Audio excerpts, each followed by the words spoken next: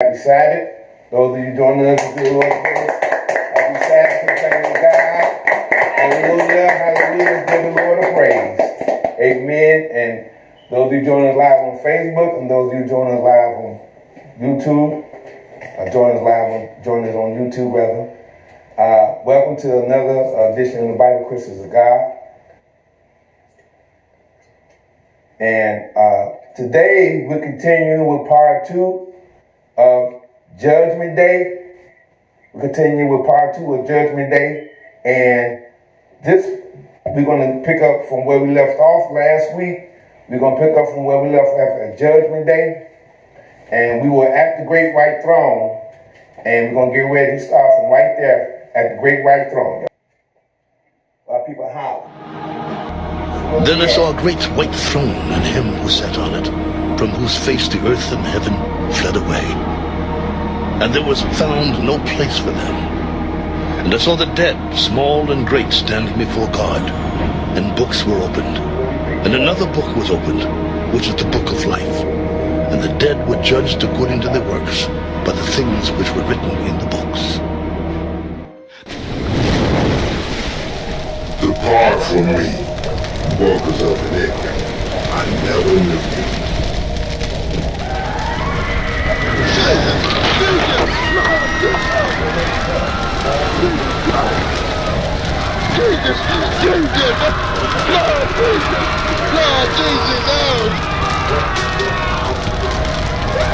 Depart from me, workers of iniquity. I never knew you.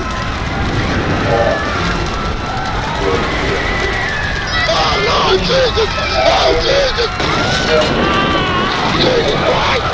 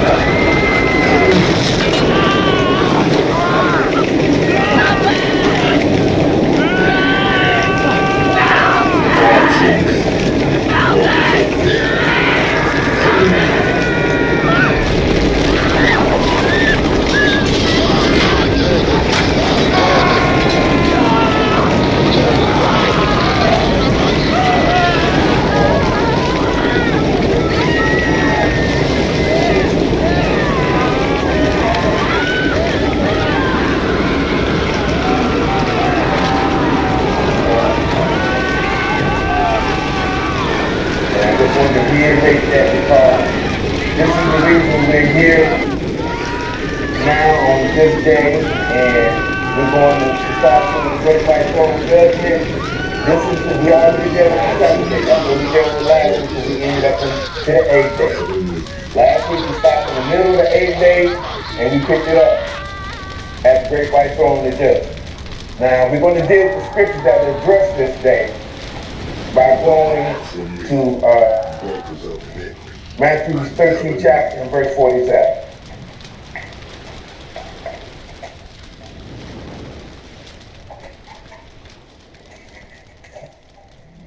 Matthew 13 and verse 47. Because this is when everybody's going to be standing before the throne. And as we dealt with in part 1, everybody ain't standing there in judgment.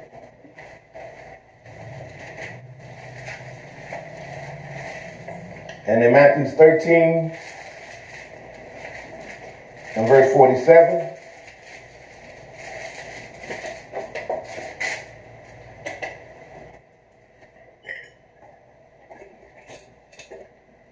Matthew 13th chapter and verse 47.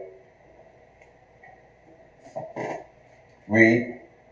Again, the kingdom of heaven is like unto a net that was cast into the sea, and gathered of every kind. Which when it was full, they drew to shore, and sat down, and gathered the good into vessels, but cast the bad away. Now look, On our slide, I'm going to go and show you why the Lord saying this.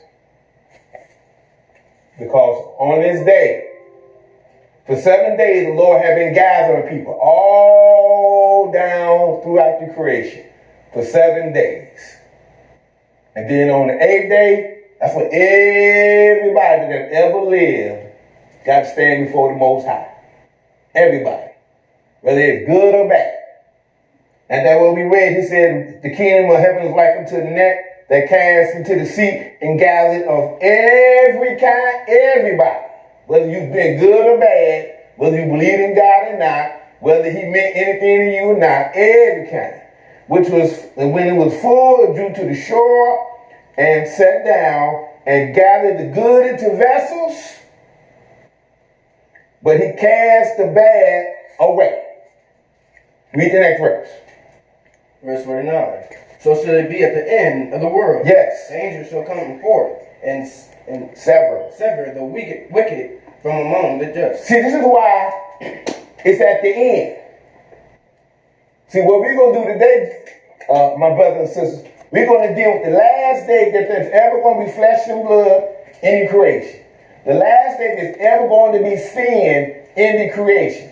The last day, the end of the world. So shall be at the end of the world, and the angels shall sever the wicked from among the just. This is St. John 5:28.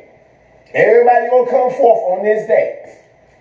Because man would have had 7 days in the creation, and he has reached his 8th day in the state of flesh and blood. Death would have been in creation for 8 days, and now it's time for the circumcision. It's time for the cutting off the wicked. That's why he says, sever the wicked from among the just. Read verse 50. Verse 50. And shall cast them into the furnace of fire. There should be wailing and gnashing of teeth. See, and there should be wailing and gnashing of teeth. That's what you heard. That's what, you don't want to hear that being in judgment. You want to hear that being one of the judges. You want to be that which came up in the first resurrection. Because you come up in this last resurrection, I don't know how many gamblers out there are real good at gambling, but that's exactly what the 8th day going to be for you. Now, let's go to investigate this a little further by going to 2 Corinthians 5 and 10.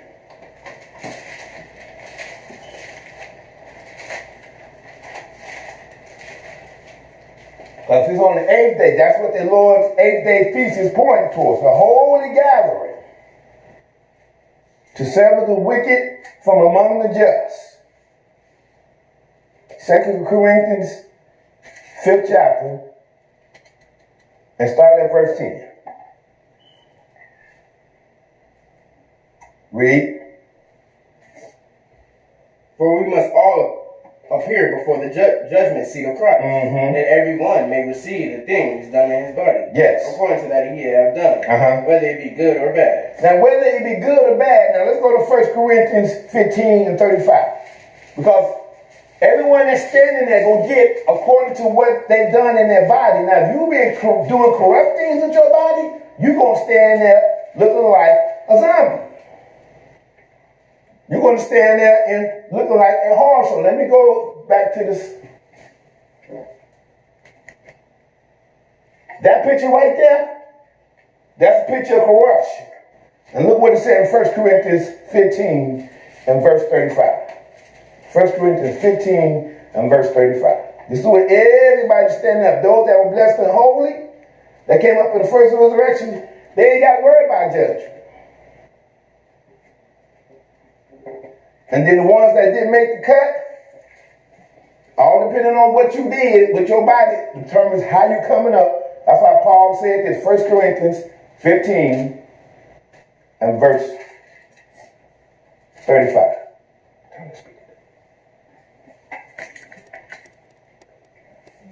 15 and 35. Just cut it off. Just cut it off. Just cut it off. That's what I get. 1 Corinthians 15 and 35.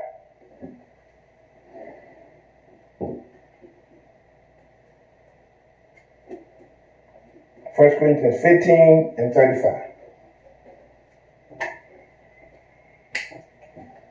Read. But some man will say, how are the dead raised up? And with what body do they come? Verse 36. Thou fool, that which thou sowest is not quickened, except they die. And that which thou sowest not that body that shall be, but bear grain. It may chance of wheat, or of some other grain. But God giveth a body as it hath pleased him. Now stop. But God giveth a body as it hath what? Pleased him.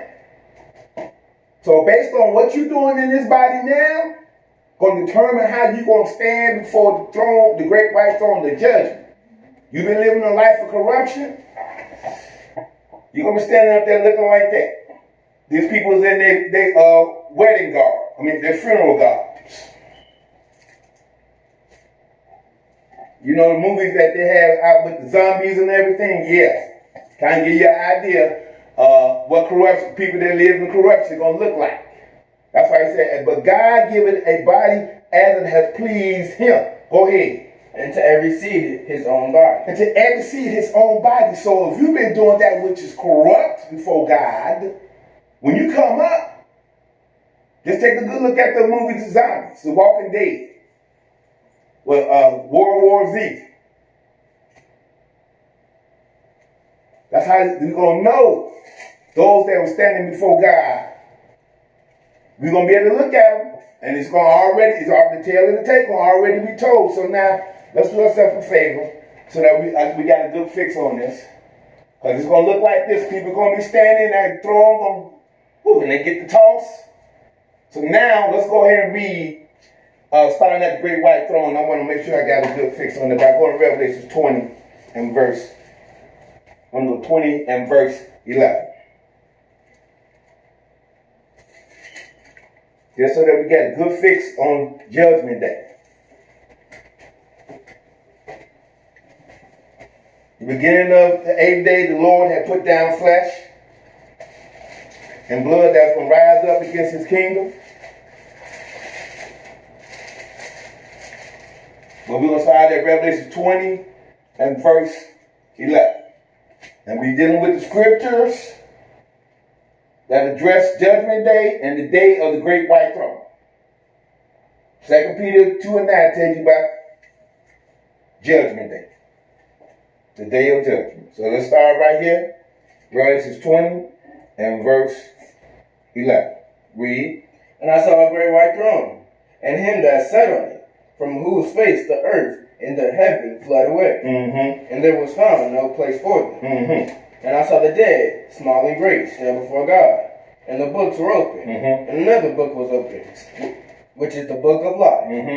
And the dead were judged out of those things which were written in the books according to their works. Now whose books are these? Hold this spot and let's go to Revelation 21 and 27. Read. Yeah, we're going to see whose book is this. What is it also called the book of? Revelation 21 and 27. Last verse of 21. 21st chapter. Read.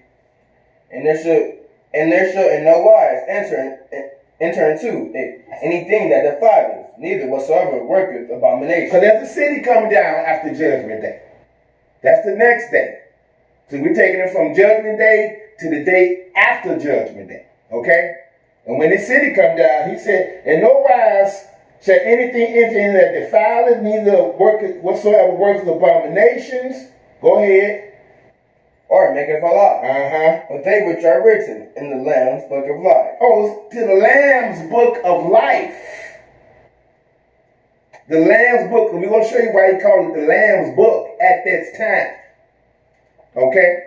But look, let's go and show you why this 8th day is so important to understand. Let's go to Leviticus 23 and 36. Because you just got a little sample of how the Bible Christians of God and there's a couple other ministries, they observe the 8th day like this. But I just want to point out something. That's why when we observe the 8th day, ain't no choir singing. Nobody around hollering and screaming and dancing and shouting and all that. Ain't none of that. Because we too busy knowing that it's going to be people hollering and screaming and wailing and gnashing their teeth. Volume good. Mm-hmm. Check it. Make sure we good. Right here, Leviticus 26. I'm sorry, 23. I said 23 and 36. Because the stars are talking about the day of tabernacle. But watch this, verse 36.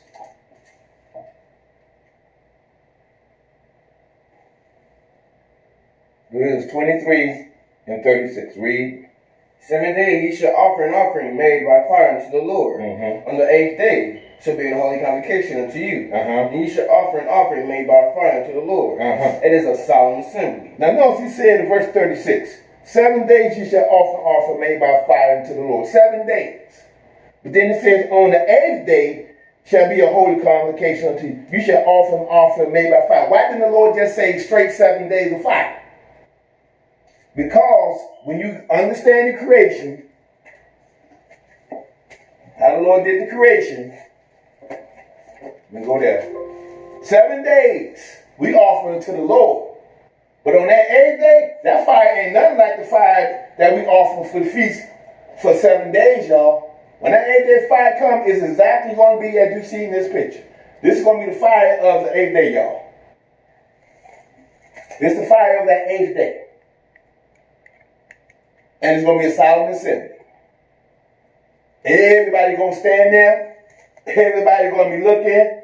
And people going to be getting thrown in that fire. That's why the Lord say, not to get into the Feast of Tabernacles, but rejoice for 7 days. Because when you get to that 8th day, people going to be doing that. Who's going to be rejoicing in that, y'all? You tell me.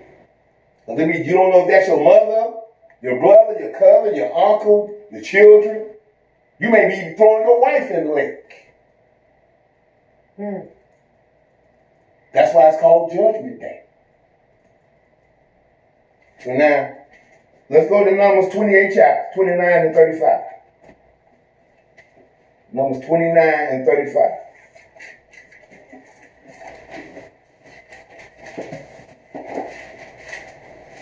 Everybody got to make it through this day.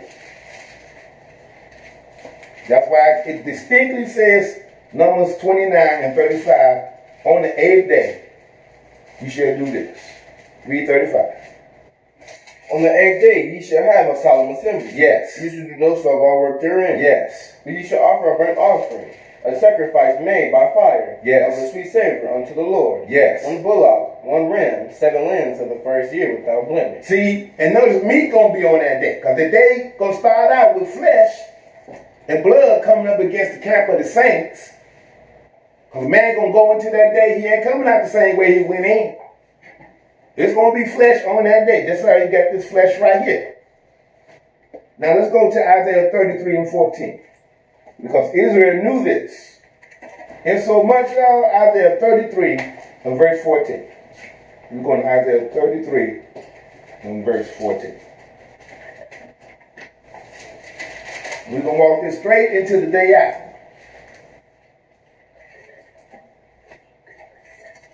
Isaiah 33 and verse 14. That's why the solemn sin. I go in depth. I go in explaining deeper understanding of what the word solemn means. We on the 8th day feast. The 8th day solemn assembly.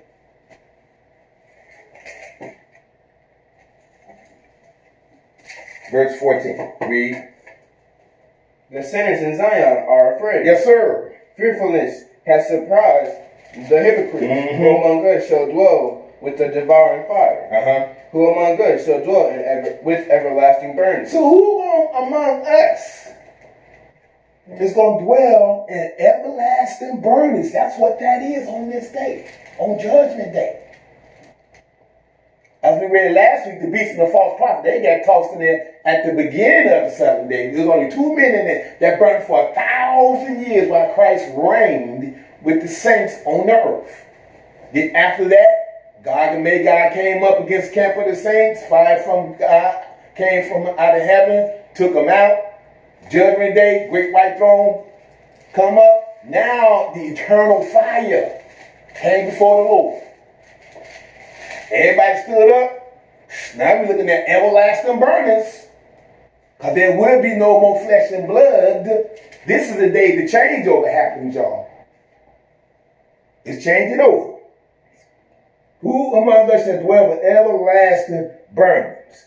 But let's go to Acts 17 and 31. Sorry, Matthew 25 and 31. No, I need to go to Acts. You stay on my notes. Acts 17 and 31. Because Paul talks about this day of judgment.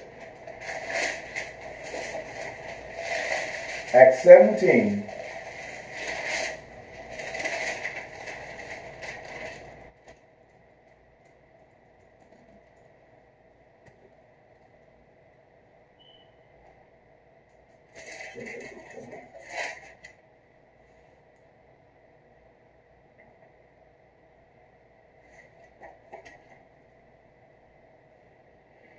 All right. Acts 17 and verse 31. Read. Because he hath appointed a day in the which he will judge the world in righteousness. Then we read, at the end of this world, the Lord will sever the wicked from among the just. This is what Paul's talking about.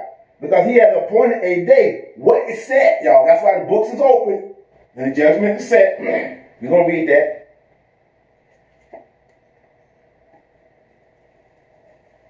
In which he's going to judge the world by that man. Go ahead. Whom he hath ordained. Yes. Whereof he hath given assurance. Yes. Unto all men, and that he hath raised him from the dead. So there's a day appointed, y'all. That's 8th day. The day of the great white throne, judgment day. It's not the day the Father come down on y'all. Straight up. Because he had committed all judgment unto the Son. But look, let's go now to Ecclesiastes 12 and 13. Ecclesiastes 12 and 13.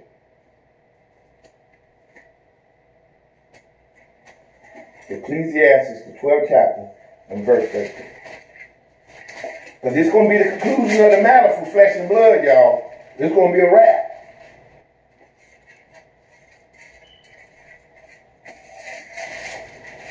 Ecclesiastes 12 and verse 13.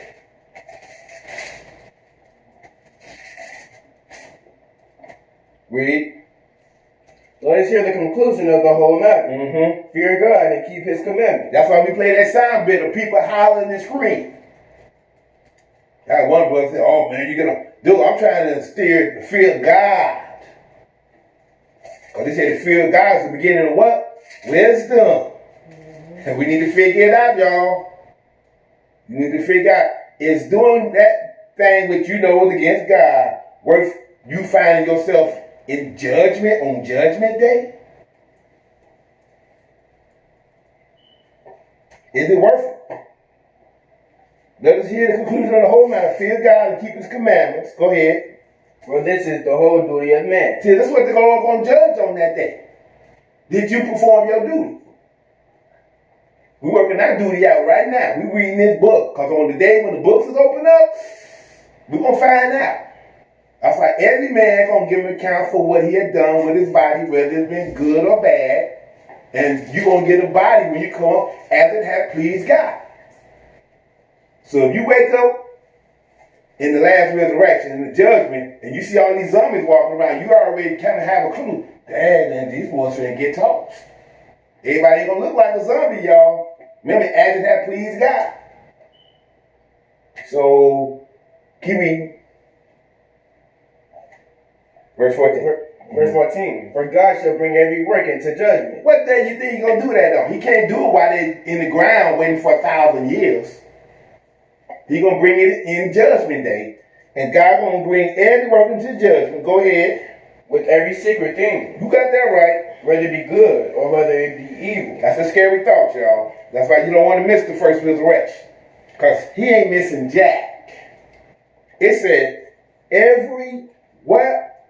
Secret thing. That's why we booking. I'm booking for the first resurrection. I hope you're booking for the first resurrection. Because every secret thing going to get brought before God, whether it be good or whether it is evil. So let's go to Matthew, the 25th chapter now. Matthew 25 and 31.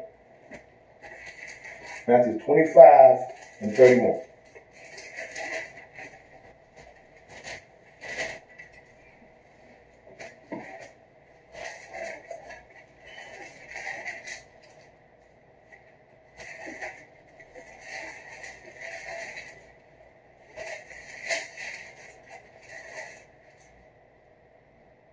Read.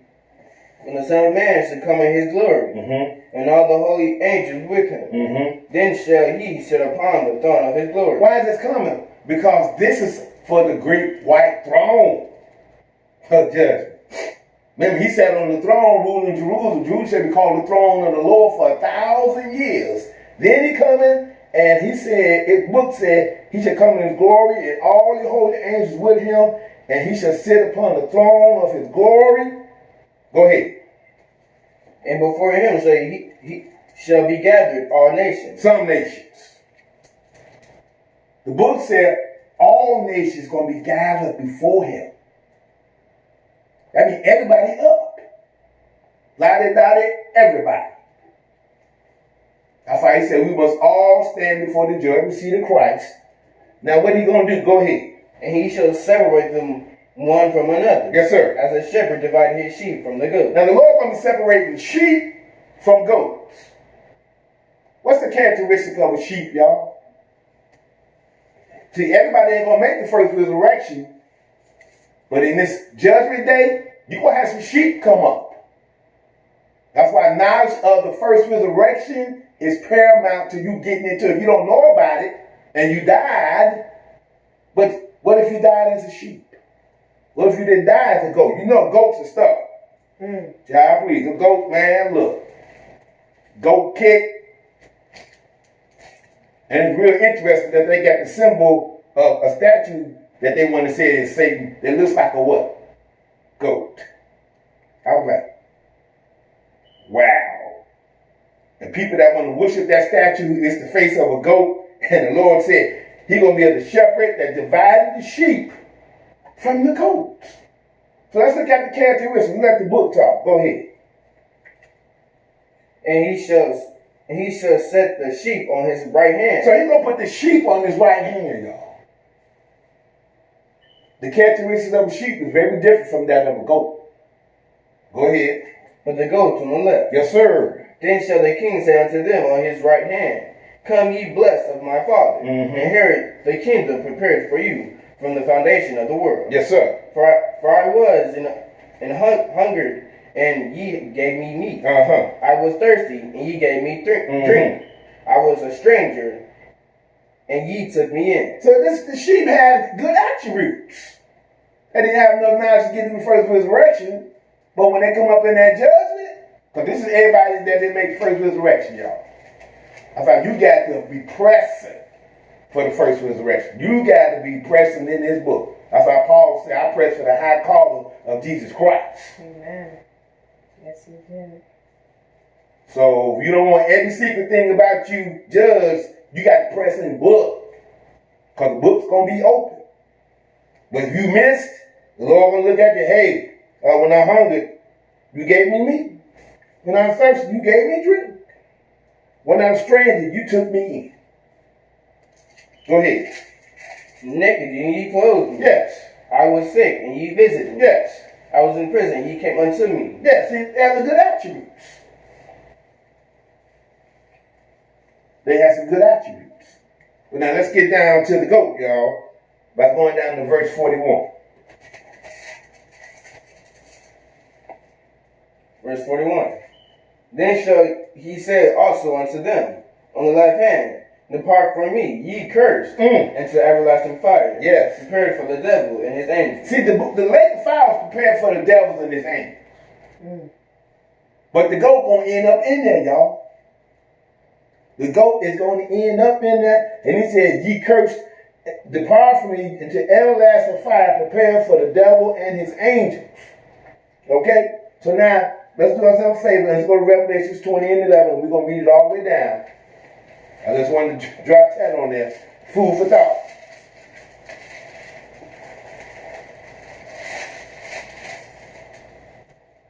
Because now, when we look at this Revelation 20 and 12, read that one more time. And I saw the dead, small and great, stand before God. Mm-hmm. And the books were open. Mm-hmm. And another book was open, which is the book of life. And the dead were judged out of those things which are written in the books, according to their works. Now this is the book of the Lamb, y'all. The book of the Lamb of God. Now that's what's coming up. Go ahead. Verse 13. And the sea gave up the dead which were in it, and death and hell delivered up the dead which were in them. Mm-hmm. And they were judged every man according to their work. Well, according to what their lip service was. Oh, no wonder Matthew's 25th chapter was looking at their works. Looking at the works. You missed the first resurrection, peradventure, hey, you fed the stranger. But if you didn't, it's by works, y'all. Go ahead. And death and hell were cast into the lake of fire. Yes. This is the second death. Because death and hell is a state of condition, y'all. Because I'm going to go here again, just to point out this. Because death will be in the creation. I should have put the slide. Would have been in the creation for 8 days total. 8 days, y'all. Death would have been here from the time that Adam sinned against God all the way down past the 1,000-year reign. The Lord gonna actually give sinner 100 years at the time. But still, under death, the body, that's why Paul said, who shall deliver me from this body of death? All the way down, getting to the 8th day, everybody gonna stand there. And then guess what? Death is thrown away. The first death, as we know. Now simultaneously, if you see well on the top of this, guess what? After Judgment Day, because this stops right, this was flesh and blood, this was death stops at, we headed for the 14th day of the creation. From the time that God said, let there be light, all the way from day one. Because each one of these circles represent 1,000 years. I elaborate that in the creation lesson, but not now. Just if you want to know a little bit more, look at our creation lesson from A being into eternity. So from day one, all the way down, we headed for the 14th day of the creation, y'all. But it's going to be man's 8th day. And guess what? Being man is 8 days old in the creation, guess what he got to get? Circumcised, y'all. Man must be circumcised. That's why. Did we read verse 15 yet? No, not yet. Read. Verse 15. And whosoever was not found written in the book of life was cast into the lake of fire. He just cut off the wicked. Let's go to Psalms 37. Psalms 37. We headed to the next day, y'all. Psalms 37 chapter.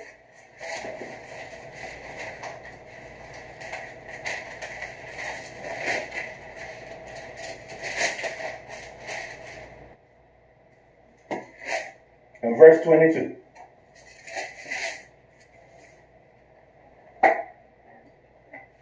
Read. For such as be blessed of him shall inherit the earth. See, but he that's blessed of the Lord shall inherit the earth. Ain't talking about going to heaven. Because watch this, go ahead. And they that be cursed of him shall be cut off. Oh, we read in Matthew 25th chapter, blessed you, cursed, depart from me, ye cursed. Into everlasting fire. Why? Because they're going to be cut off from the earth. This is the day of the big cut, the circumcision. This is the day of the circumcision. So now let's go back to Revelation 20th chapter.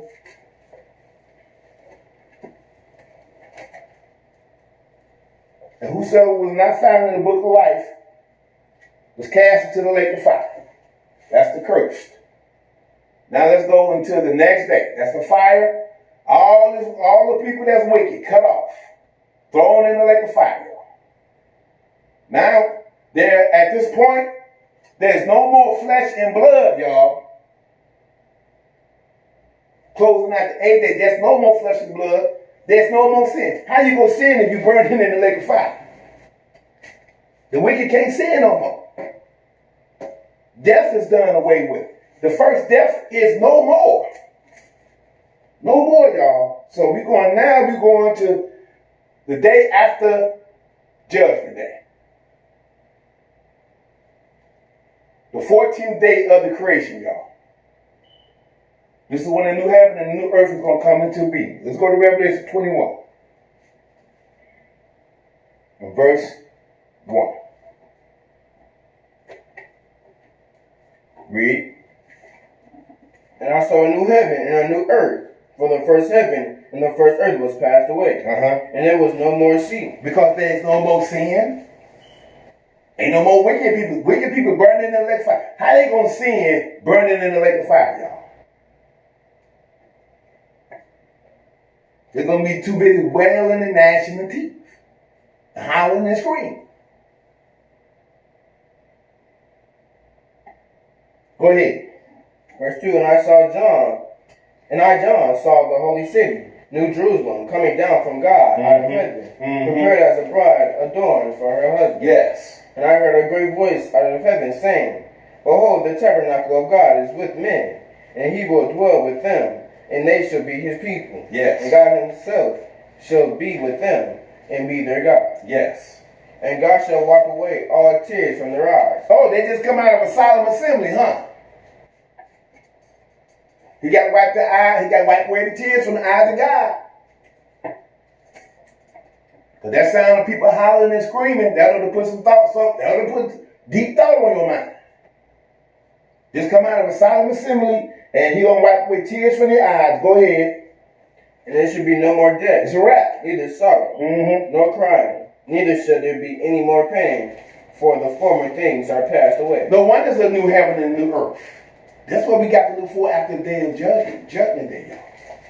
This is the new beginning, the 14th day. We're going to put that on there.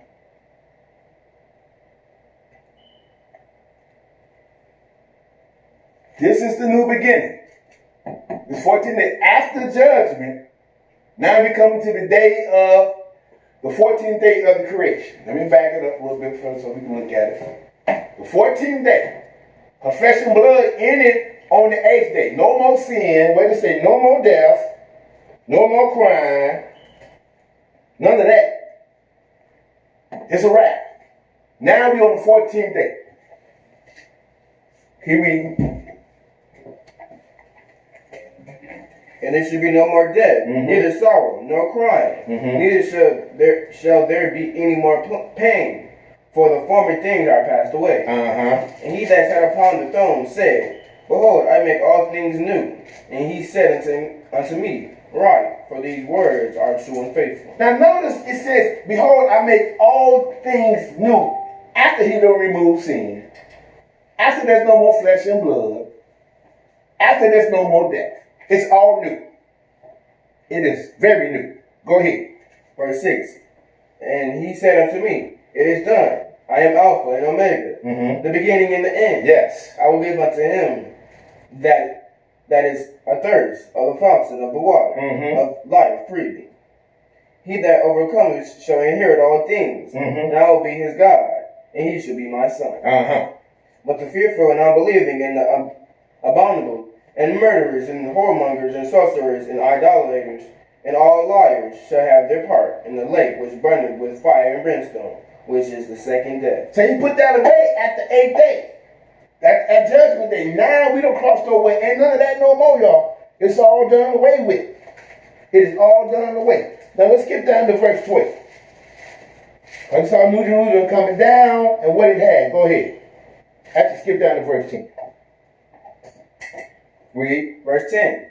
And he carried me away in the spirit to a great and high mountain, and showed me that great city, the holy Jerusalem, descending out of heaven from God, having the glory of God, and her light was like unto a stone most precious, even like a jasper stone, clear as crystal. Verse 12. And had a wall great and high, and had 12 gates, and at the gates 12 angels, the names written thereon, which are the names of the 12 tribes of Israel. Oh, you mean to tell me you got a problem with Israel? You ain't get in this? You got to deal with Israel. It is inescapable. Flat out. Let's get down to verse 14. Let's see what else is going to be on the 12 gates. Go ahead. Verse 14. Verse 14. And the wall of the city had 12 foundations. So they got 12 foundations. Go ahead. And in them, the names of the 12 apostles of the Lamb. Oh, wait a minute. On this 14th day of the creation, he said, also in them the 12, the names of the 12 apostles of the what? The Lamb. Why are he calling them the 12 apostles of the Lamb? Let's go to Matthew's 26th chapter and verse 28. Because Jesus told his 12 apostles, or told his apostles, what he was going to do on the 14th day. Because see, while man was in bondage to sin, he had to give him a way out to come under his blood. While we was under the timeline of death that was still in play even when Jesus came. So he had given them the Passover, and look how he gave it to them. By reading Matthew 26 and verse 28. Because we know verse 26, take, eat, this is my body. Then said, take the bread, this is my body, which is, and the bread and wine, he said, take the cup and wine, which is have wine. That's why Melchizedek. Go look at the tokens of Melchizedek, bread and wine. He took the cup and gave thanks and gave it to them, saying, drink ye all of it. But we're going to read starting at verse 28. Read. For this is my blood of the New Testament, which is shed for many for the remission of sin. But I say unto you, I will not drink henceforth of this fruit of the vine until that day when I drink it new with you in my Father's kingdom. So he's going to drink it new. He was bringing a New Testament, the New Covenant. And he said at the same time, he pointed them to the Father's kingdom. Simultaneously. By saying, but I say unto you, I will not drink henceforth with this fruit of the vine until that day when I drink it new with you in my Father's kingdom. That's why the gate's going to have, foundation going to have the names of the apostles of the what? The Lamb. Here they are, right here. Point on the 14th day of the creation, so you will understand, guess what? When we get here, ain't no more sin because ain't no more death. But while they was under death, he had to give them the past, give them his blood while they was under the administration of death still in the creation. He said, no, I'm not going to drink this new with you again because the next time you do this with me, it's going to be on the 14th day of the creation. How I know this is the 14th day? Let's back it up. They was doing it on the Passover. Back up to verse 18. Read. Back up to verse in the same chapter. Back up to verse 18. What was they doing? Go ahead. And he said, go into the city to such a man, and say unto him, the master says, my time is at hand. I will keep the Passover at thy house with my disciples. So now he said, I will keep the Passover at thy house with my disciples. So the Lord taking it to the creation level, y'all. When we get past the 8th day, it's up. Now we don't move beyond flesh and blood. We don't move on the level of being in the correct part of the creation. So, how we know it's the 14th day? Let's back up. Let's go to Leviticus 23 and verse 4.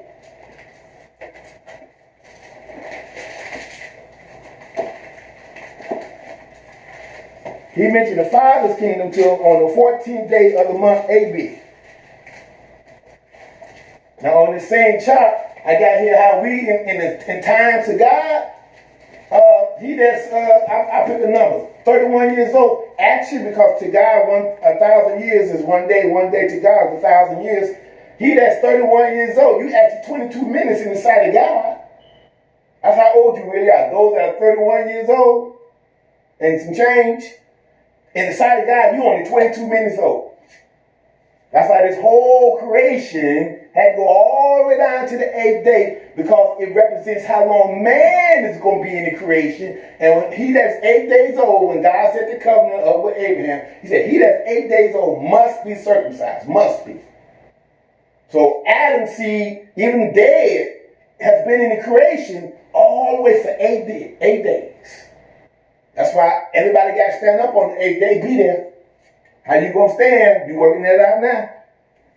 But Leviticus 23rd chapter, we're going to show you this Passover, what day it's on. Leviticus 23, let's start at verse 4. 23 and verse 4. Read. These are the feasts of the Lord, even holy convocations, which ye shall proclaim in their season. And the 14th day of the first month at even is the Lord's Passover. So they was keeping the Passover on the 14th day. That's why they say I was keeping the Passover at my disciples' house. So the 14th day of the creation hadn't gotten here yet. That's why Jesus said, no, I'm not going to drink the divine until I drink it new with you in my Father's kingdom. That's why at the top of Revelation 21 starts new heaven and a new earth. And it called Jesus at that time the Lamb. The Lamb. Well, guess what? Sin had been taken out. Now you're going to drink it new with them. And let's look at the ordinance of the Passover, y'all. Let's go to show you that this is what happened on the Passover. Let me go here first. Let me show you what happened on the Passover. Matthew 27 and verse 45.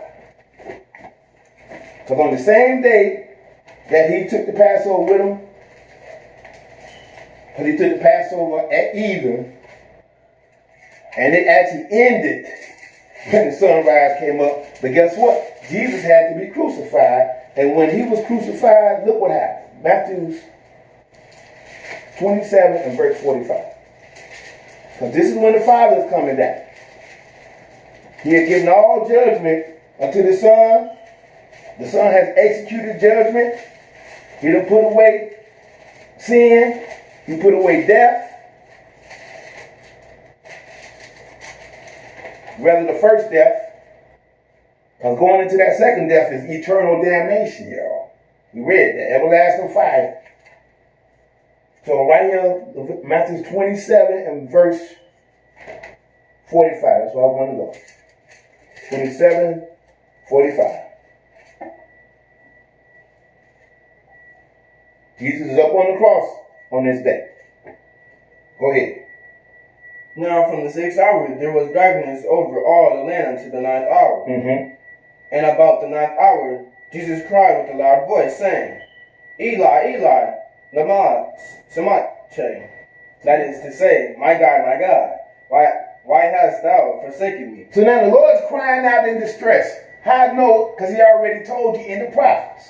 Let's go to Psalms 18 chapter and verse 6. So there was darkness over the earth. And the Father came down to see his only begotten Son. Because on the 14th day is when he coming down to see everybody that made the cut. Amen. That made the cut. Psalms 18 and verse 6. Psalms 18 chapter and verse 6. He was crying out in his distress.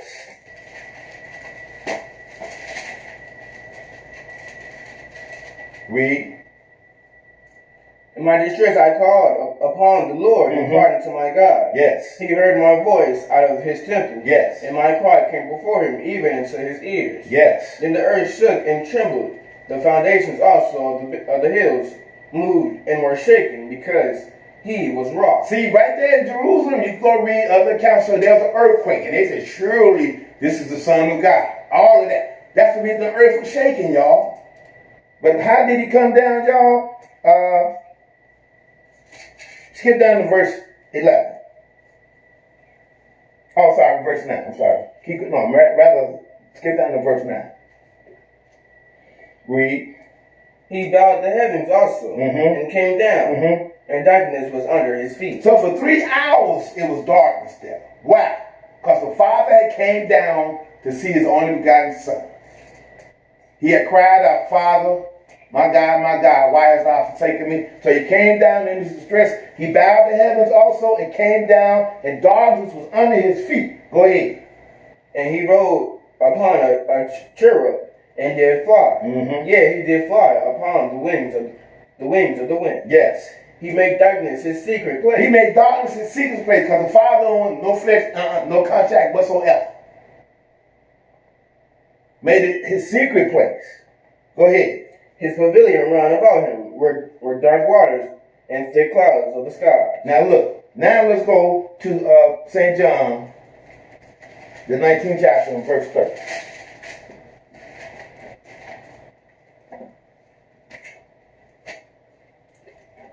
St. John 19 and 30. It's the day the Father comes down. He came down to see his son on the Passover. He coming down after sins have been taken out on the 14th day. That's why he said, I'm going to drink new with you in my Father's kingdom. Because we're going to be where Jesus going to deliver up the kingdom. That's after the 8th day, not in the 8th day. St. John 19 and verse 30. 19 and verse 30. Show you that this is on the Passover. As he was up there on the cross. And we'll start at verse 30. St. John 19 and verse 30. Read. When Jesus therefore had received the vinegar, he said, It is finished. Yes. And he bowed his head and gave up the ghost. Yes. The Jews therefore, because it was the preparation that the body should not remain upon the cross on the Sabbath day, for that Sabbath day was an high day, besought Pilate that their legs might be broken, and that they might be taken away. So now Jesus was up on the cross on the Passover. He had to be taken off before the high day, which is the Feast of Unleavened Bread, which is pointing toward the Father when there is no sin. It is pointing toward when there's no death. That's the Father's kingdom. That's why Jesus said in Revelations, it is done. As he said it on the 14th day, because it's the same thing he said on the 14th day when he was on the cross. It is done. It is finished. Don't that mean the same thing, y'all? Right. So this is the day that the Father comes down. After judgment now. Not before. So let's go to 1 Corinthians 15 chapter and let Paul sum it up. Matter of fact, I want to point something out. There's no way you can get to the 14th day without being circumcised because of this ordinance right here. Let's go to Exodus 12 and verse 43. I don't want to leave this out. If our judgment takes place before the 14th day of creation.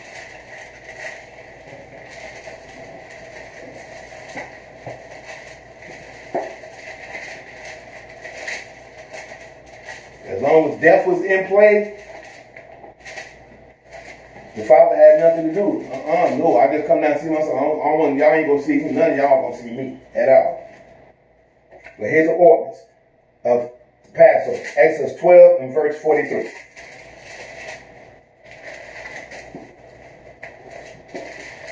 We're on the day after Judgment Day now. Go ahead. And the Lord said unto Moses and Aaron, This is the ordinance of the Passover. There shall no stranger eat thereof. But every man servant that is bought for money, when thou hast circumcised him, then shall he eat thereof. Now hold on. Let's make sure we understand when you got to be circumcised. Hold that spot. And let's go to Genesis, the 17th chapter, and verse 9. Genesis, hold that spot. Let's go to Genesis 17.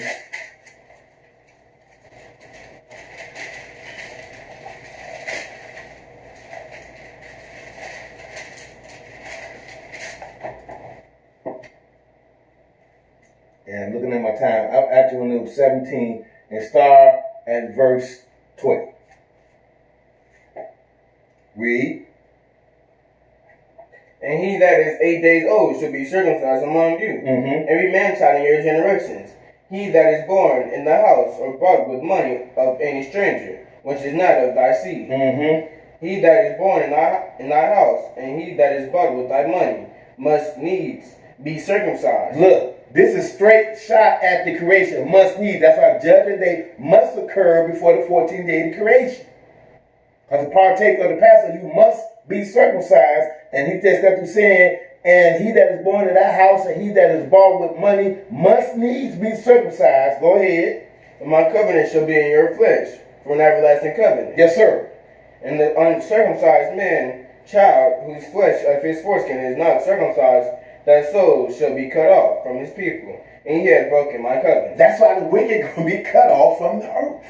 Because the Lord is bringing New Jerusalem down to the earth, so the wicked are going to be cut off of it. Mm. In the 8th day before we get to the 14th day of the creation, y'all. Wow. Straight up. So now, why did he use Abraham? Let's go to Luke. Luke 16 chapter. I said, continue holding Exodus, because I just want to point out why Abraham was being used. Because this is a parable that Jesus used. And you got people thinking, oh, that means you in hell, people in hell. No, the Lord was using this because he was pointing toward the creation being circumcised. And if you don't do what Abraham said do right here, then you're not even getting in. Because look what it says, 16. And because this guy was in hell, I'm trying to sum it up. And he was looking at Abraham because the beggar had died and went into Abraham's bosom. But the rich man, he opened his eyes up in hell. This is a parable. And how we know it's a parable, look at what Abraham said. Now remember, Abraham, Moses wasn't alive during the time of Abraham. So this is, without a doubt, a parable, y'all. The Lord is bringing across here a great message. A great message. So right here, Luke 16 and verse 29. Read this whole thing on your own. But the reason why 8 days with that covenant of Abraham reflects the creation is right here. 16 and 29. Because this man was crying out. He said, go tell my 5 brothers, they, testify to them that they come not to this place of torment. And then watch what Abraham said unto him. Go ahead. Abraham said unto him, they have Moses and the prophets. Wait a minute, how did Abraham know about Moses when Abraham was way before Moses? Because this is a parable. This is not something that literally the Lord is bringing across a meaning here. He's giving forth understanding here. Abraham said unto him, they have Moses and the prophets. Go ahead. Let them hear them. You got that right. And if you don't hear them, you are in an uncircumcised state. Amen. And you will be cut off in the 8th day. You will not make it to the new heavens and the new earth. Go ahead. And he said, nay, Father Abraham, but if one went unto them from the dead, they will repent. That's talking about Jesus. Go ahead. And he said unto him, if they hear not Moses and the prophets, neither will they be persuaded, though one rose from the dead. So that's why the Lord used Abraham, because Abraham was actually pointing to the creation. And when judgment comes, if you didn't hear Moses and the prophets, hey, you gamble. I know I ain't no gambler. Yeah, please. Anyway, like I told y'all, we went up in freaking Las Vegas gambling on $40. And we split that, me and my wife. There ain't no gambling show lane. Anyway, but look, let's go back to Exodus 12 chapter. Back to Exodus 12, I told you to hold that spot. That's why the Lamb shows up in verse 21. That's chapter 21 of Exodus, y'all. Because we done entered the 14th day of the creation. We haven't even got out of Abib yet, y'all. We have not got out of Abib. Exodus 12 chapter and verse 40. Because we read, with every man servant that is bought for money, when thou hast circumcised him, then shall he eat thereof. Start at verse 45. A foreigner and an hired servant shall not eat thereof. In one house shall it be eaten. Thou shalt not carry forth aught of the flesh abroad out of the house, neither shall ye break the bone thereof. All the congregation of Israel shall keep it. That's why the house, the New Jerusalem comes down, got the 12 tribes of Israel on it. Must be certain. That's why you guys cut away all uncircumcised in the 8th day, because it comes the 14th day of the creation. And all the congregation of Israel are going to keep it. Go ahead. And when a stranger shall sojourn with thee, and will keep the Passover to the Lord, let all his males be circumcised. Yes, sir. Go ahead. And then let him come near and keep it. and he shall be as one that is born in the land. For no uncircumcised person shall eat thereof. So that's why 8 days, and everybody that's wicked, cut off. They out. But now we headed for the 14th creation. He gonna drink it new with his apostles. And if you got a problem with the apostles, you ain't getting in. Think about it, because I be seeing people brothers, oh man, only Israel gonna get in. I said, well, how you feel about the New Testament? Oh man, that's an abomination. That's a wicked. Dude, you ain't getting in. Because just as much as the 12 tribes of Israel name on that, it said, and the 12 apostles of the Lamb is there. How you going to get that running Israel, but you kick the apostles in the garbage can, being they are names on the 12 foundations of that city? How you going to get in? You done, son. You straight done. That's why the book said to the law and the testimony. Bind up the testimony, seal the law amongst my disciples. You got to have the apostles. That's what made me go in that polygamy thing so hard. Because them people straight kicking against the New Testament. They kicking against the apostles. How they going to get in? And they got a problem with the apostles. You ain't going to make it. Amen. You can talk about that city company because they put on it. This is only for Israelites. And polygamists ain't getting there either, y'all. So, anyway, that's another lesson. But I want to get back. So now, let's go to 2 Peter 3 and 13.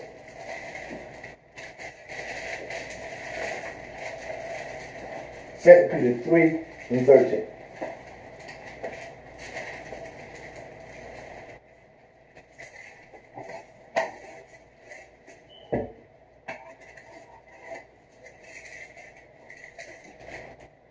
Second Peter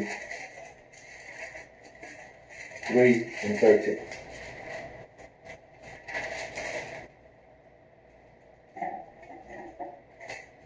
Because verse 12, my bad. 2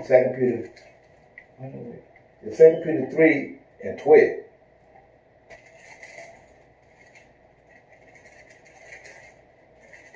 Read.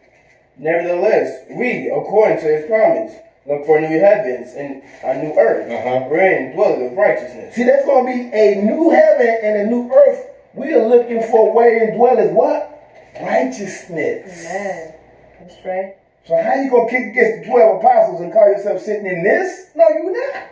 And the 12 apostles is on the 12 foundations of Israel, of New Jerusalem. But we look according to his promise. We look for a new heavens and a new earth wherein dwells what? Righteousness. Go ahead, read verse 14. Wherefore, beloved, seeing that ye look for such things, be diligent, that ye may be found of him in peace, without spot and blameless. And blameless, y'all. So now let's go back to Revelation 21.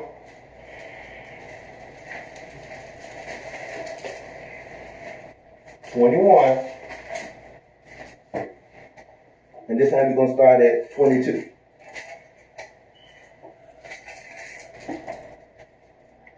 I'm like, man, how you going to kick against the 12 apostles? Now, on my slide, I want to bring this up right quick. It just came. Let me show you go there. The 12 apostles. Let me point this out. I want to point this out. As a matter of fact, I skipped too far down. Instead of Revelation 21 and 22, we're going to start at where we left off at. 21 and 12. Read that again. Verse 12, and had a wall great and high, and had 12 gates, and at the gates 12 angels, and names written thereon, which are the names of the 12 tribes of the children of Israel. Yes, sir. On the east 3 gates, on the north 3 gates, on the south 3 gates, and on the west 3 gates. And the wall of the city had 12 foundations, and in them the names of the 12 apostles of the Lamb. Yep, there you go. That's why I said, I'm going to drink new with you in my Father's kingdom. On the 14th day. Now, the 12 apostles are going to be also accompanied by 12 stones. Let's skip down to verse 19. Read. Verse 19, and the foundations of the wall of the city were garnished with all manner of precious stones. Yes. The first foundation was jasper. Yes. The second, sapphire. The third, chalcedony. The fourth, emerald. The fifth, sardonyx. Mm-hmm. The sixth, sardius. Mhm. The seventh, chalcedite. Mhm. The eighth, beryl. The ninth, topaz.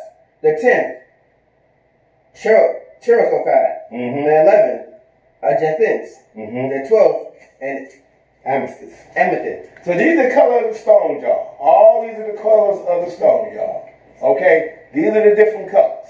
These are the 12 apostles. All the apostles are going to be there. All of them. Okay? So all of this is the apostles, y'all. These are the different colors of stones. Now you got people wondering if Paul was one of those or not. And I just put it on here. It came up because Matthias was replaced. They said there's Matthias or Paul. Which one was chosen to replace Judas? Because Judas failed. Okay? That's right. So now the question was, with Judas having the answer rather to which one got replaced? Some people say Judas, having betrayed Christ when he committed suicide, there remained 11 disciples and decided to replace Judas with a new and 12 apostles. That's toward the end of Acts, the first chapter, verses 16 through 20. But the requirements, notice, were that a man had been with them the entire time of Jesus' ministry and had been a witness of the resurrection and his ascension. That's Acts 1:22 through verse 22. And then 11 disciples proposed two men, one called Joseph, Barsabbas, possibly the same person as Barnabas, and Matthias. Acts 1:23. The 11 disciples then prayed for the Lord's direction, and then they cast lots, and the lot fell on Matthias. But guess what? Let's see. But what's this the Lord's choice? Because when you go look at what the Lord did with Paul, let's read. I want to read this. Some purpose that it was Paul that was chosen, not Matthias. And was God's choice for the 12 apostles. They argued that Jesus had told the apostles to wait for the coming of the Holy Spirit, Acts 1:8. And that casting lots is not how the disciples should have made the decision. They also pointed out that Matthias never again is mentioned in the New Testament. And we can go and read what the Lord said, I have chosen you, Paul, to bear witness to me in Jerusalem, amongst the people, and to the Gentiles. I send you far hence to the Gentiles. So while Paul obviously became a very prominent apostle in very early Christian church. So who's correct, y'all? Paul. The Lord picked Paul. I stand with the decision that Paul was that apostle because of what he stated in Acts the 17th chapter. He said they're going to judge the world by his gospel. Paul says that in a couple of places. So let's get back into the book. I just wanted to bring that little tidbit out as we read about these 12 apostles, and then we got these 12 stones. So now let's go ahead and keep reading at verse 22. Verse 22. And I saw no temple therein, for the Lord God Almighty and the Lamb are the temple of it. And the city had no need of the sun, neither of the moon, to shine in it. For the glory of God did light in it, and the Lamb is the light thereof. Yes, sir. Notice they keep bringing up this Lamb, y'all, because we done crossed over. We done hit the 14th day. We done hit the 14th day of the creation. I know some people are kind of blown back by that, but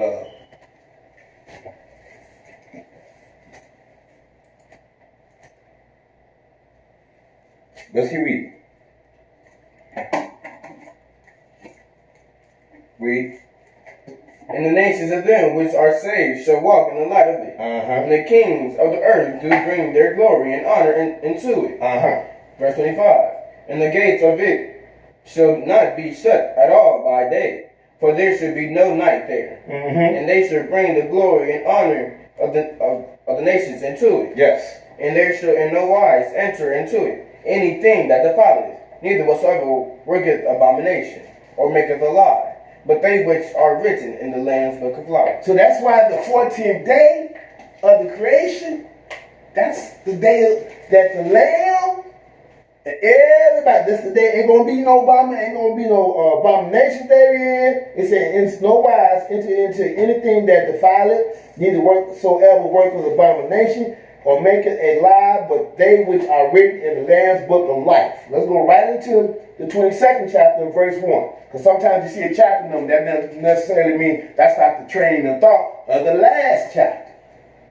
So wow, you're gonna walk right into the top of the next chapter. Go ahead. And he showed me a pure river of water, of life, clear as crystal, proceeding out of the throne of God and of the Lamb. See, out of the throne of God and the Lamb, because the Father is here. And this clear river of water, go ahead. And in the midst of the street of it, and on either side of the river, was the tree of life, which bare 12 banners of fruits, and yielded her fruit every month. And the leaves of the tree were for a healing of the nation. Now let's hold this spot and let's go to Ezekiel 47 and 6. Because after verse 40, chapter 44 in the book of Ezekiel, you start seeing it talks about the son, the kingdom of the Son, and it show you a glimpse until when the Father's kingdom is here. Ezekiel 47 and verse 6.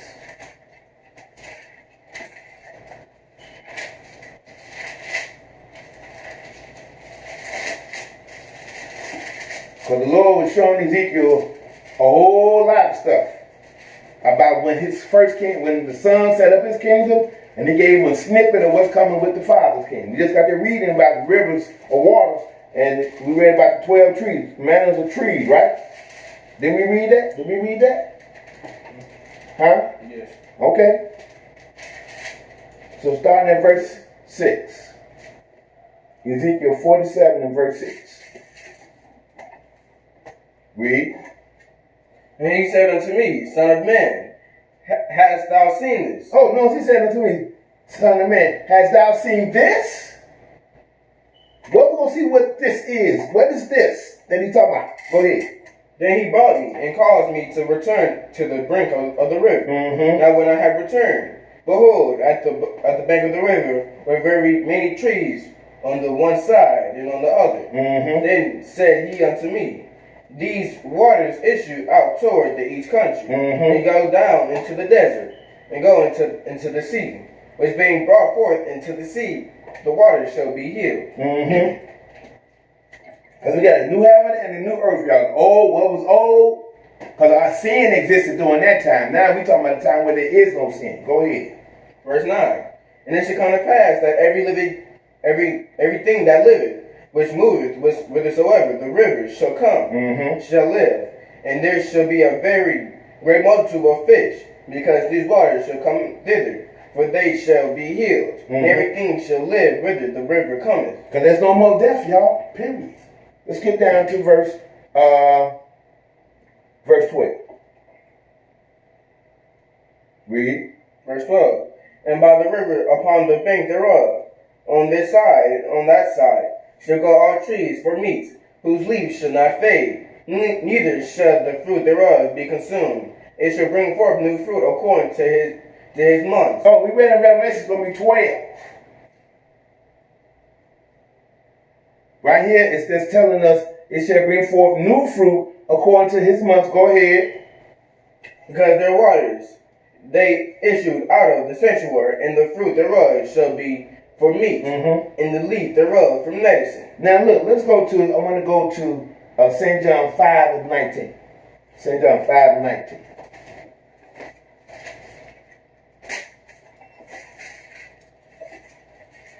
Because there's certain things that's a shadow, even in the Son's kingdom, that is going to happen in the Father's kingdom.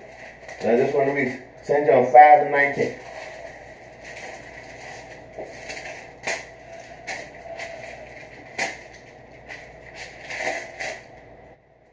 Read. Then answered Jesus and said unto them, Verily, verily, I say unto you, the Son can do nothing of himself, but what he seeth the Father do. Yes. For what things soever he doeth, these also doeth the Son likewise. So now you're going to have the Son go set up his kingdom according to Isaiah 66 and 23. That's Isaiah 66 and 23. It's going to be a new heaven and a new earth when Jesus comes. Except for that's going to be reigning over flesh and blood men, and God's going to be ruling the earth. But when the kingdom of the Father comes down, there ain't going to be no flesh and blood men. That's the difference between the new heaven and the new earth in Revelation 21 and the new heaven and the new earth in Isaiah 66 and verse 23. Okay? So now, go ahead, finish that. Next verse. For the Father loveth the Son, and showeth him all things that himself doeth, and he will show him greater works than these, that ye may marvel. And that's what people are marveling at. What's going on in the Father's kingdom?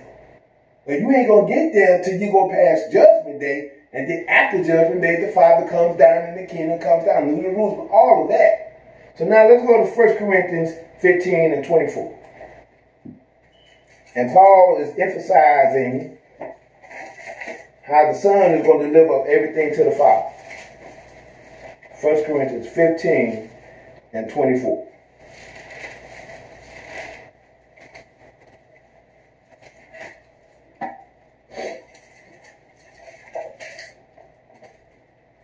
It's real interesting that the Lord got, in verse 23, the start of the seventh day, but then verse 24, strictly 8th day. All 8 days. Leading into the new heaven and new earth. It's all kind of meshed here together. Paul kind of condenses some, go briefly. But after all of what we have seen, we see that there's a lot of, we got Judgment Day. Paul omitted Judgment Day in here. But let's go, verse 24, read. 15:24. Then cometh the end, when he shall have delivered up the kingdom to God. Yes. Even the Father. Yes. When he shall have put down all rule and all authority and power. For he must reign till he hath put all enemies under his feet. Now we understand Christ gonna reign for 1,000 years. Let me bring up everything so we can look at it clearly. Oh, my slide's stuck.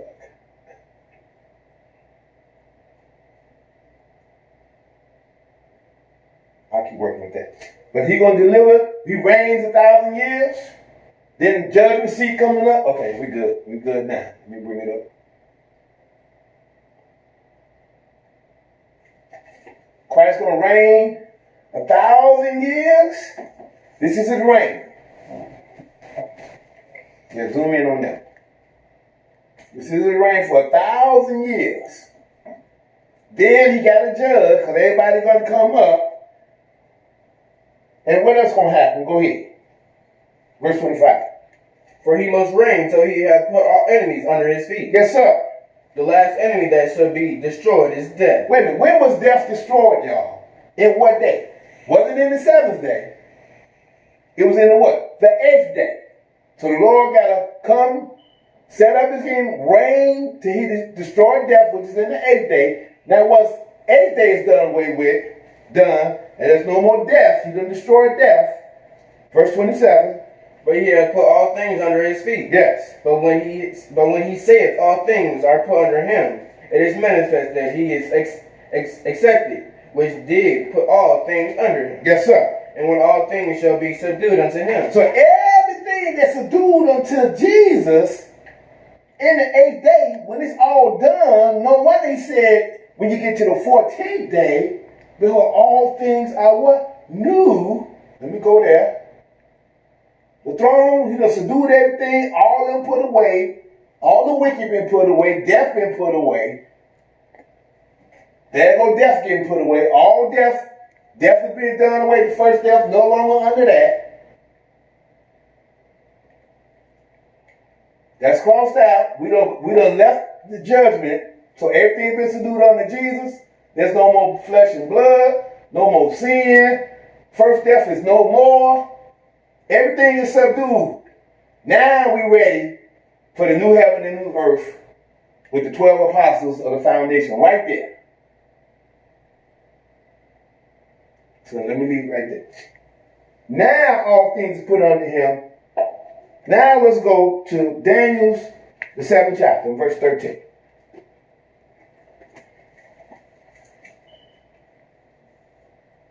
And then we're going to do a recap just to make sure we got it straight. Everything is clear. If you miss anything, call into our teleconference call after this lesson. I love questions like candy. You miss something, you got a question about something, we're going back to Daniel 7.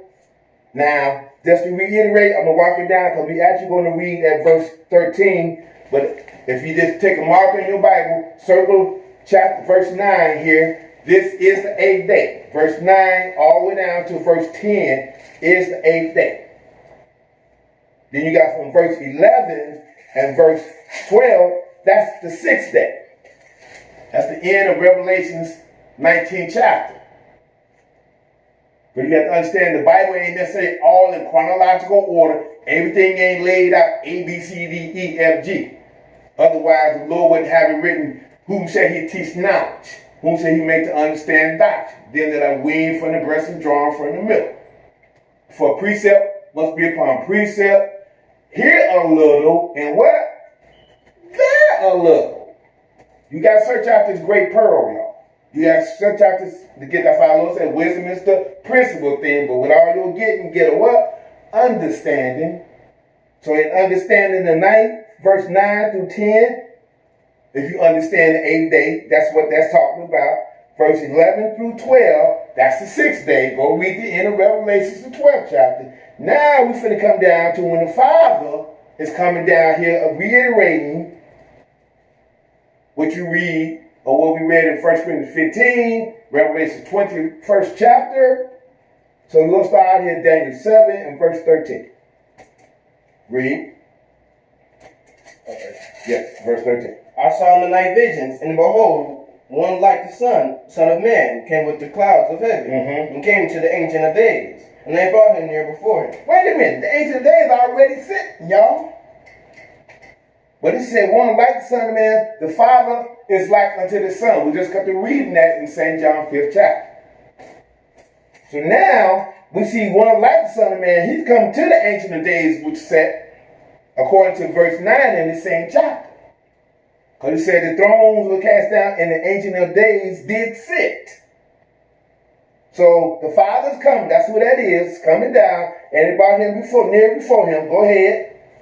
And they were giving him dominion and glory. Oh, so now what Paul's talking about, he's delivering up everything to the Father. Everything.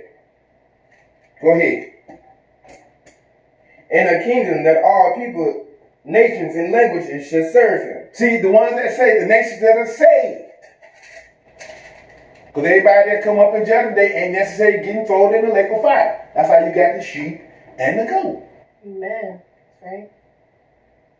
All down through time, everybody didn't act like a goat. And all down through time, everybody didn't act like a sheep. That's the purpose of Judgment Day, because he got to put away everything to deliver up to the Father, dominion, glory, kingdom, and that all people, nations, and languages should serve him. Go ahead.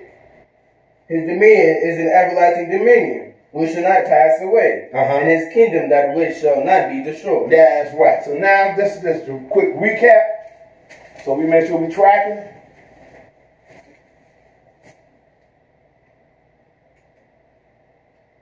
Sorry about that, y'all. We have visited the day before Judgment Day, which is the 7th day. That's when we're going to reign on, rule on the earth. That's when Satan's going to be bound. The first resurrection occurs. He's going to give us dominion. The kingdom under the whole heaven is going to be given to the saints of the Most High. And the rest of the day going to stay there 1,000 years to the 8th day. And then God and Magog going to come out after the 1,000 years, after Satan's been loosed. The 8th day. That's what that's all about. That last battle is in the 8th day, which is actually the 13th day of creation, by the way. Okay? Because God had given, at this point, we don't reach the 13th day of the creation, the 8th day. Now he got a circumcised man. Because remember, even the guy that died in 23 BC, he's still in existence. He's in the dust. He got to come up. Lord gonna judge you. Whether it's uncircumcised or circumcised, we shall know on the 8th day. Then after that, there's no more flesh and blood. When the 8th day is done, now there's no more, because there is no more flesh and blood. Ain't no 9th day of man. It's a wrap. Man only has 8 days in this creation to exist. And we haven't even got out the month Abib yet, y'all, because the 14th day of the creation represents the Passover, the day of the new covenant, the New Testament. He going to, matter of fact, we got one last place. We're going to go to Hebrews. Almost left this out. Hebrews 8 and 8.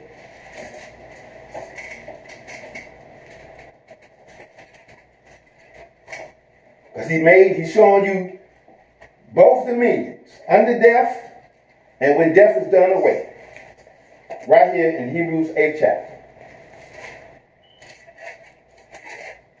Hebrews 8, and this is our last verse.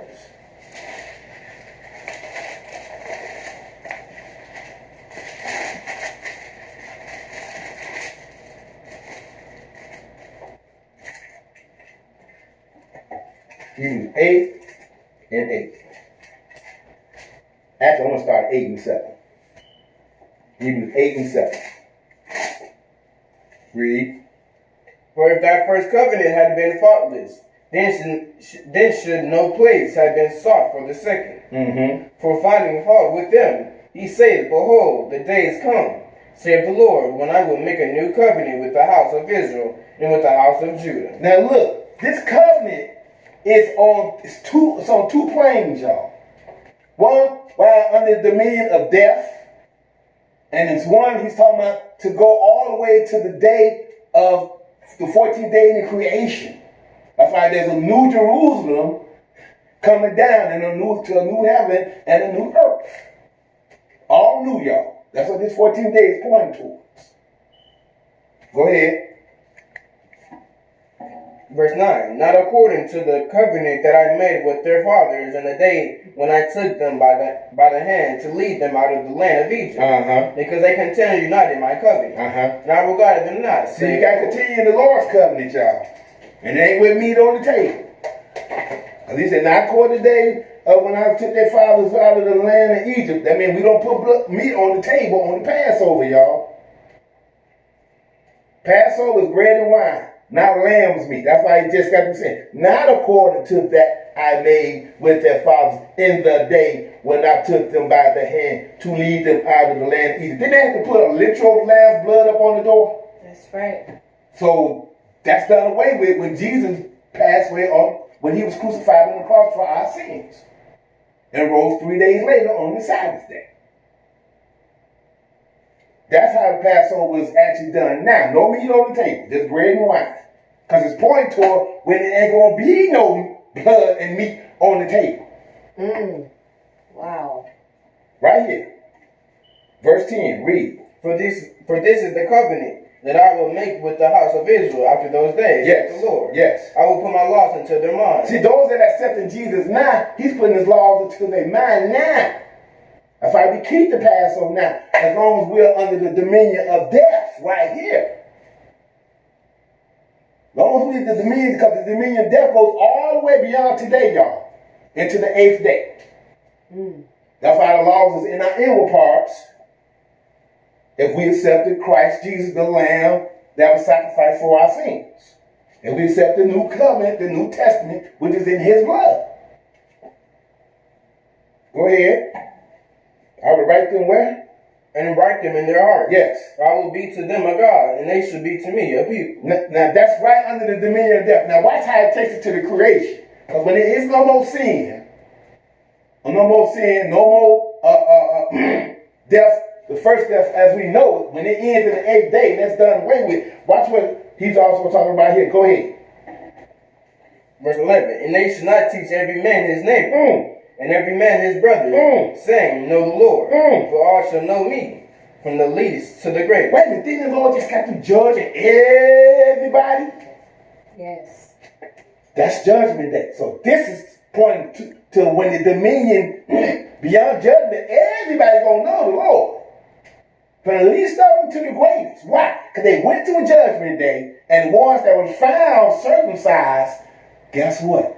They know God. That's why he said they should not teach every man his neighbor. Because guess what? We just got to going through who got thrown in the lake of fire. We just got to going through that, y'all. So now we're looking at, and they shall not teach every man his neighbor. Go ahead. For I will be merciful to their unrighteousness, and their sins and their iniquities will I remember no more. And that he said, a new covenant he hath made the first old. Now that which decayeth and waxeth old is ready to vanish away. See, so that's why under the dominion of death now, he did away with the old covenant. But the big picture is, it's a little picture and there's a big picture. There's a picture under the dominion of death, and then there's a picture that's looking at the creation. Got to be able to see both of them.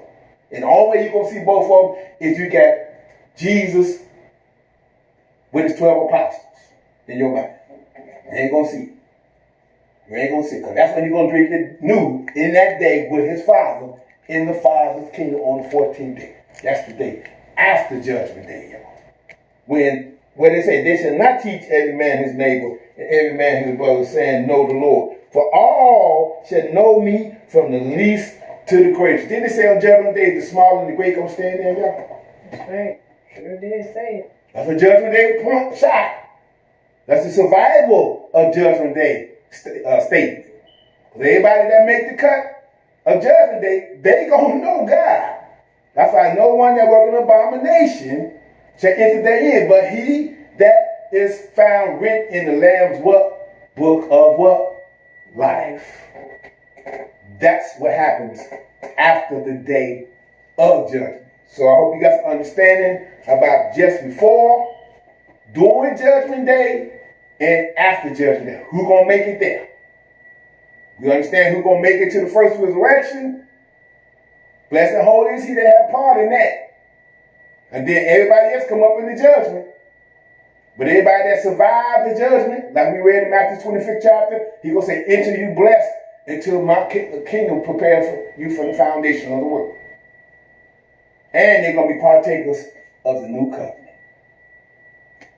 In the creation aspect, okay? So this concludes our lesson on this precept. Hope you guys will understand.